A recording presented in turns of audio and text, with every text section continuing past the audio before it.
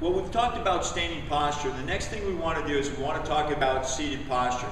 And this is a neglected area, I think, because people feel they're off their feet, that they don't pay much attention to their position and where they are. And this is where there's a lot of stress and a lot of load can take place with an individual. And many of you sit behind a computer monitor or sit behind a desk for many hours throughout the day.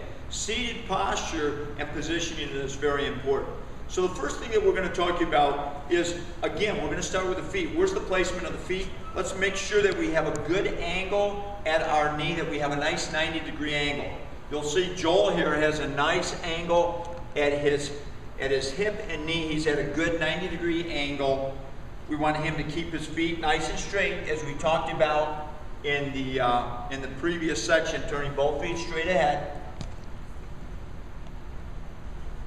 So the next thing that we want Joel to do is we want him to scooch back as far as he can into the chair. So we kind of want to make good contact with the low back or the hips down in this area. We want that kind of touching the back, and we don't want him rounding through the shoulders. So a couple key things that we can think about. These are simple things that we can do.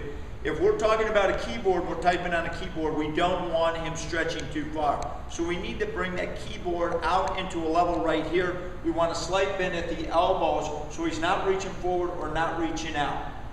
Guess what happens when you reach out in this position? Guess where the head goes? The head is going to come forward, which is going to put a lot of stress and load through the trap area or this area up in the air, creating a lot of stress.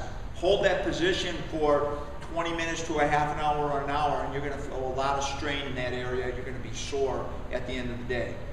So, again, we want that good chin tuck, head back position right here. We want the hands out here. And another thing that I want to talk about is where the monitor is on a computer. We want to try to, if possible, we want to try to keep that screen at eye level right in front of us. If we have to turn off, that's going to put a lot of tension on one side of the body, and it's going to actually start to create rotation in the spine. So we want to keep that screen at eye level so the middle of his eyes hit the middle of the screen. So we may have to put a couple old phone books underneath that monitor to take some of that load and stress off.